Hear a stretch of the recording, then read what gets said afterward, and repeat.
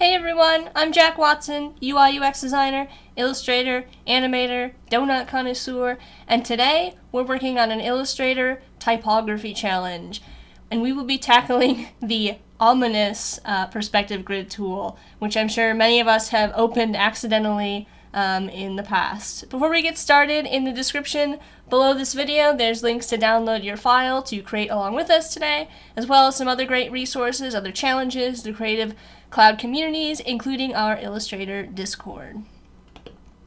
First off, our file today has our resources on the side and our artboard over here. This is a 36 by 24 inch artboard because we are designing a poster for print. You'll notice that we've got these this red box around our artboard.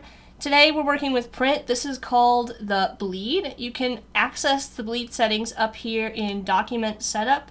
And right down here you can see if we bring this arrow up and down, we're going to add and change the size of our bleed. So that's how you would get in there and edit your bleed. So with that closed, the bleed is intended to let your designs go edge to edge when you're printing. So if we kind of zoom in here, the red edge outside is where our bleed extends to, and the trim here is our artboard. So where our artboard is where our page is going to get cut. So the reason you want to have a bleed is you want to have a little bit of wiggle room in case there's something off in printing, so that your design prints edge to edge without any white on the border. So to start off, I am going to draw out a rectangle using the rectangle tool. Once again, I've got on my smart guides under view. Smart guides are checked on. That's so that when I go up to the corners here, you can see that I've got these magenta indicators snapping me into place. So I'm going to drag out an artboard, or not an artboard, a rectangle here that's going to fill my poster. I'm going to open up my panels on the side. I'm using the Essential Classic workspace. You can get to the workspaces under Window, Workspaces, and I'm using Essentials Classic. So I want to get rid of this stroke first of all. We don't need a stroke today. And I am going to add a fill color.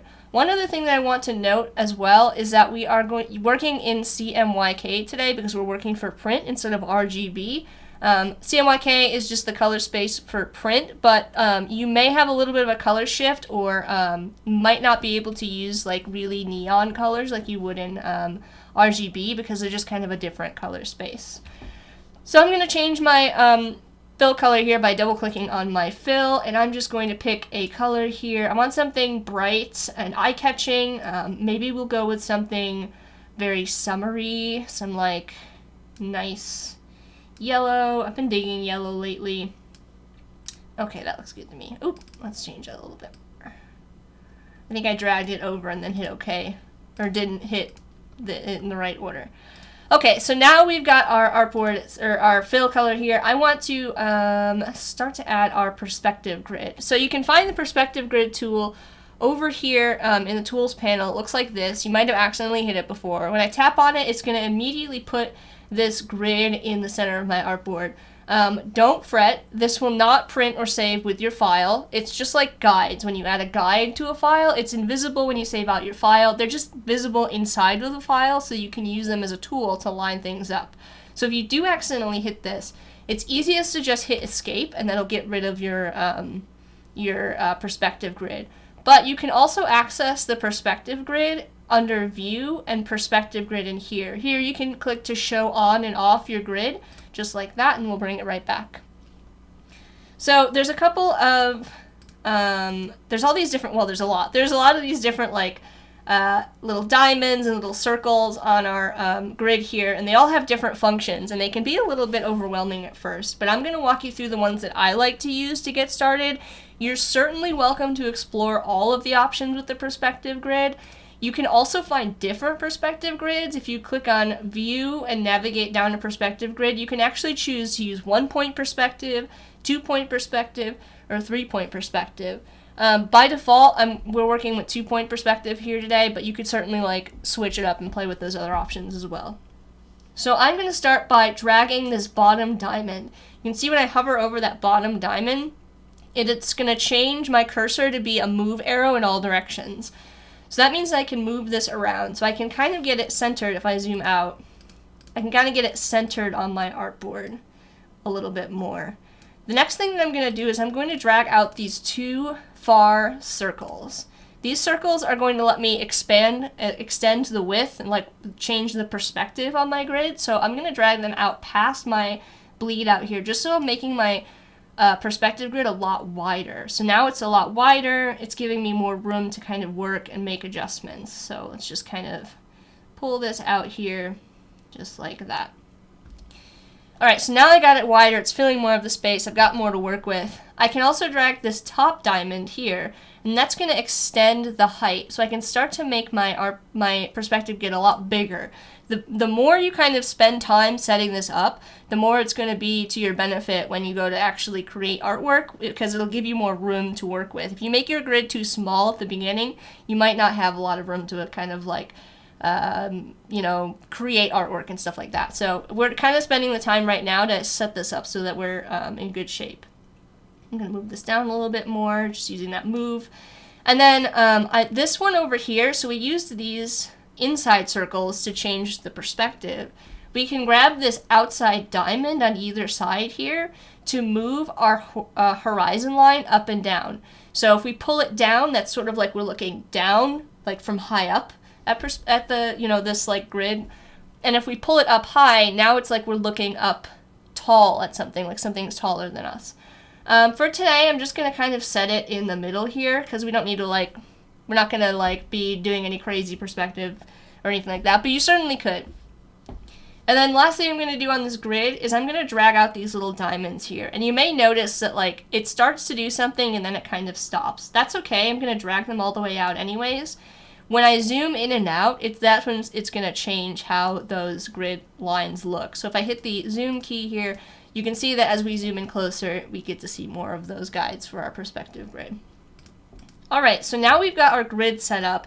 I want to make a poster today for like a block party. I want to do something with like a block party is like a community, a summer community, neighborhood party. They used to happen a lot like where I grew up in Chicago. So I don't know, they're just kind of like a fun, kind of like a potluck, like everybody kind of like brings something out to the table. So I want to do a neighborhood block party poster. So I'm going to click on, I'm going to go to our resource link, our first one here, fonts.adobe.com. And I'm going to try to find a nice font to use for today. So I'm going to go to all fonts. I want something that's pretty bold and pretty wide, something that's going to like read really well when we kind of like put it in perspective. So I can start by using these filters. I can pick something that's really wide. I can pick something that's really heavy. I can even go in here and say like I want something sans serif that's clean, doesn't have a lot of ornate, you know, serifs or anything like that on it. You can even pick a clean setting. Oh, no, not clean. I didn't find one. Let's go to geometric. There we go. So you can start to find a font that you want to use. I already know that I had found this really cool one earlier called widescreen when I was searching around. I really liked this one because it had all of these really fun, like, extended characters and stuff like that that give you a lot of options to kind of experiment with. So I'm going to go up here and I'm going to just activate widescreen. I'm going to expand this window a little bit. I'm just going to go through and activate all of them. Alright, so now they're all activated, and when I hop back over here into Illustrator, they should be ready to go. Alright, so now it's time for me to add some text to my file. I'm going to click with the type tool here, and that's going to let me create some point type. It's just going to drop in some lorem ipsum. I'm going to go up here to my size under the character panel over here, and I'm just going to make it larger so we can see it. There we go. So now we've got some text in there. We can go over and we can change to our widescreen by clicking on the character search box up here, and I can just start to type, and it's immediately going to pull it on up there. Alright, so we've got a couple of options. We've got these widescreen kind of regular fonts. Mixed is a mix of those like extended characters and those regular characters, and I think that's what I want to use. So I'm going to pick this. And also, I want to give a quick hello to our live chat. We've got a live chat here on Behance over at behance.net/Adobe Live.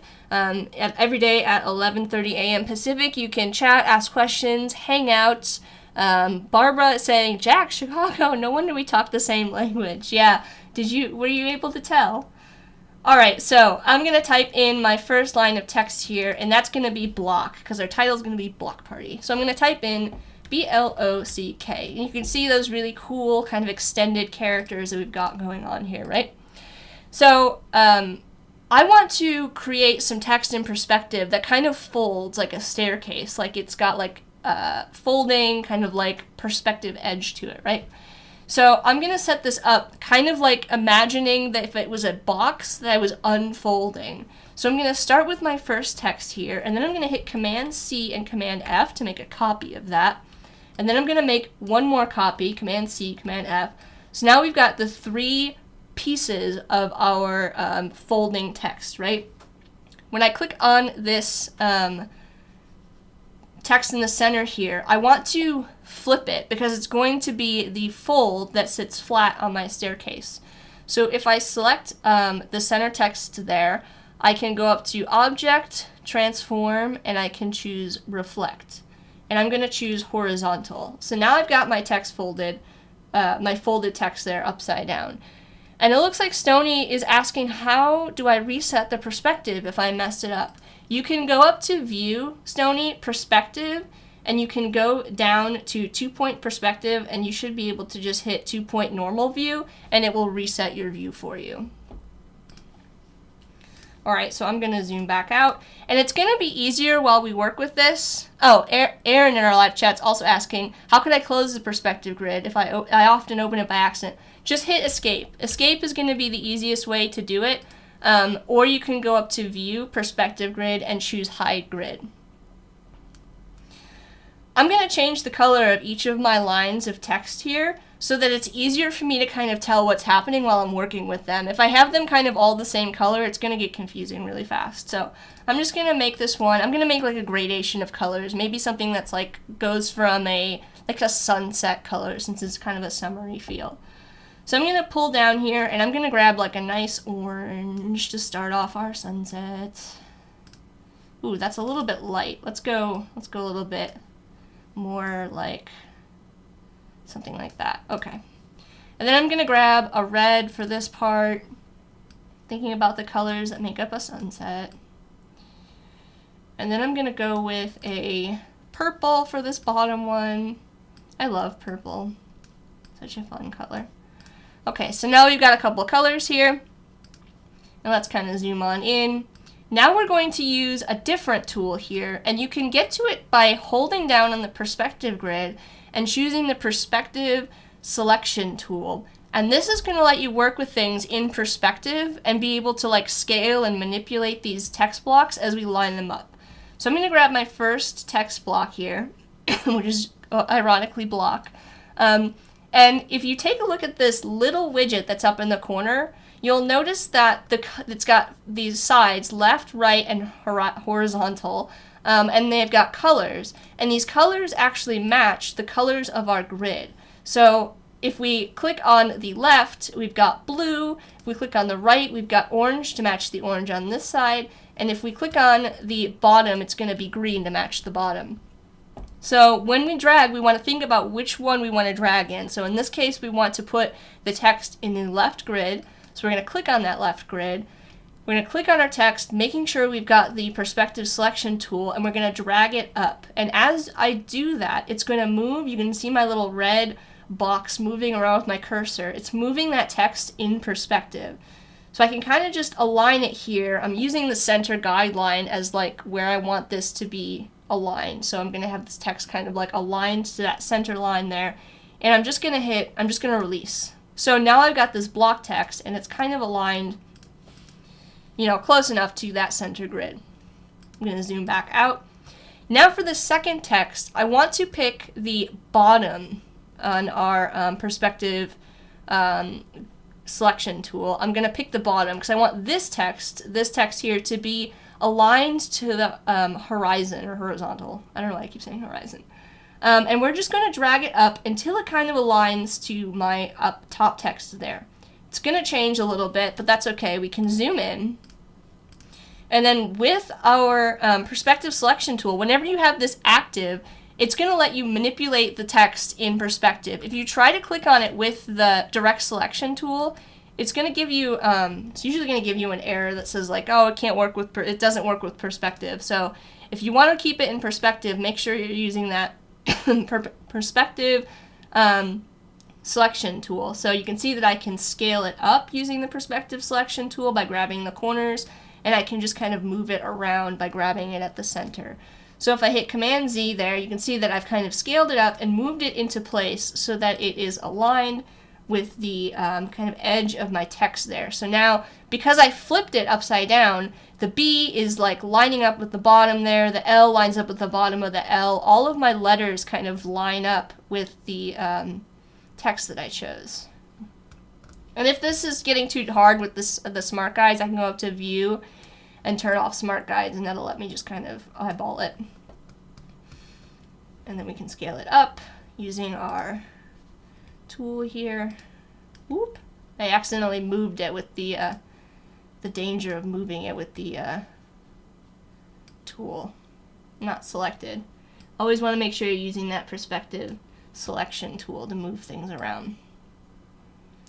Alright, so there we got our first line of text. I can then go back over here and I can select this block text, moving back to the left panel again. I'm just going to move it up, and I'm going to align it there. So now we've got our text for our block, and it kind of has that like folding, stair-stepped kind of thing. Okay, so now we need to add our second line of text, which is going to be party.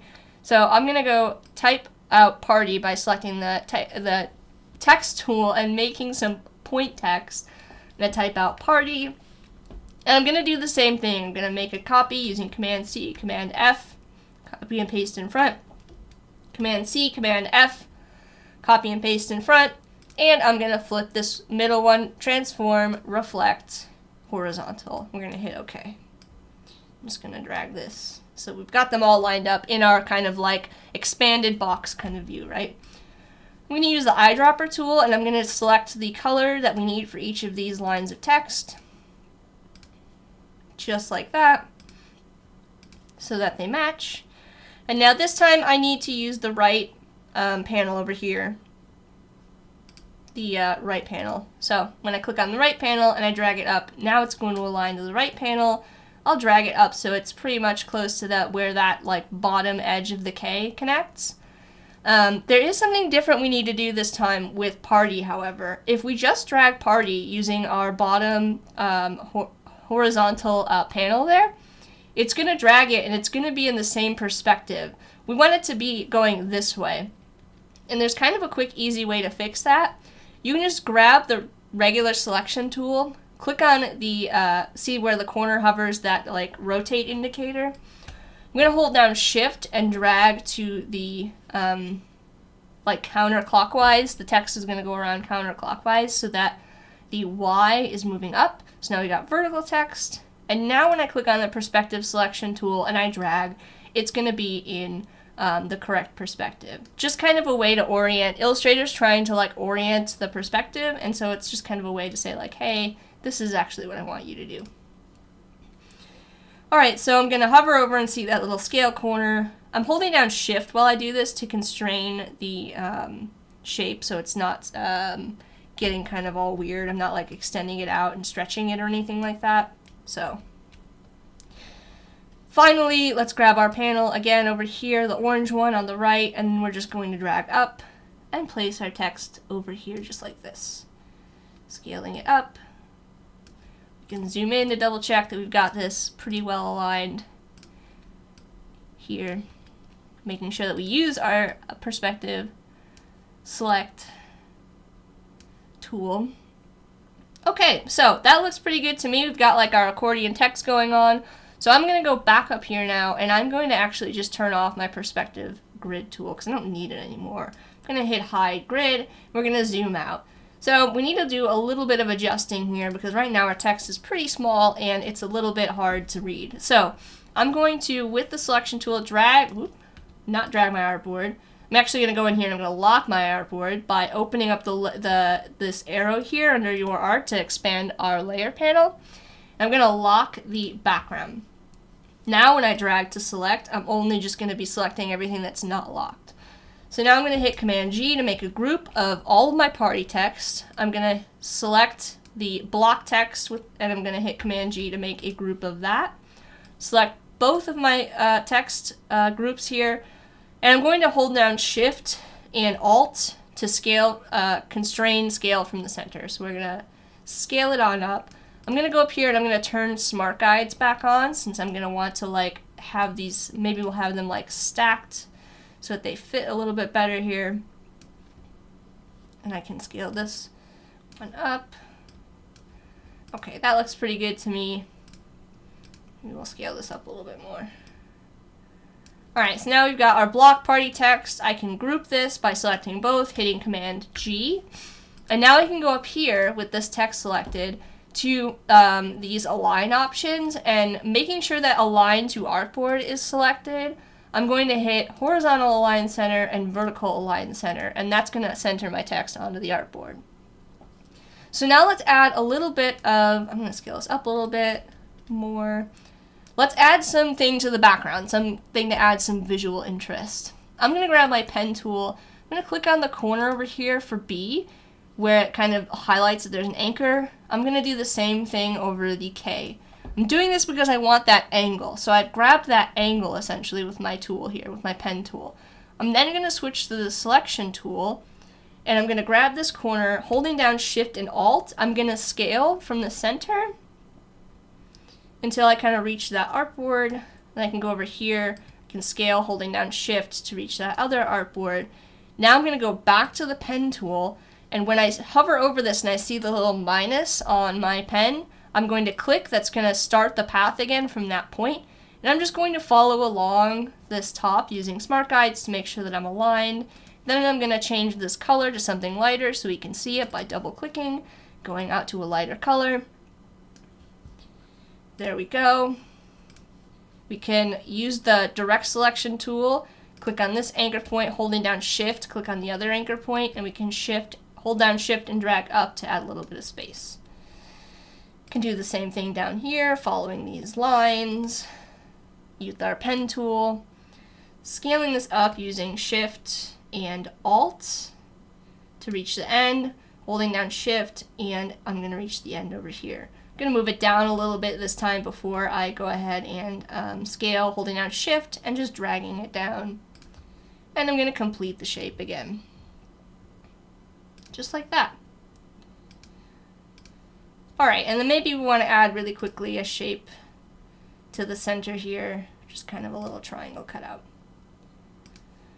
Alright, so now we would need to add more information about our block party. We would need to tell people where it's going to be located, what time it is going to be at, the date, maybe there's a call to action, a website, or a contact information for somebody. I don't want to use this mixed bold though, I just want to use clean type for this, and we can type out a fake pretend address or something. Let's type out, this is on Hillside Road.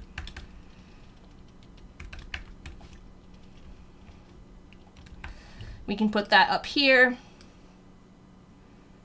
something like this, change it to our color. And then if we wanted to match the angle still on this, we could grab our text that we created, and we can use the perspective distort under the free transform tool. So with the free, or not the perspective distort, just the free transform. You can grab the free transform, and we can kind of drag this down until it aligns to our into our angle here. So now we've got like this poster that's kind of got all of our information on it. We could add more, and it kind of has this cool dimensional design to it. We can go to export for screens. We can save it to our desktop here, and then we can upload it to our Discord. So you can join our Discord in that link below, oh, there it is. The link below in the description, you can find the links to our Illustrator Discord, and you can upload your work here to our Discord just by dragging that file in here, and we can hit send. And you can see everybody else's work. We've got Allison here, did this super cool constellation of Scorpio. I love all of the colors that we've got going on. It looks awesome.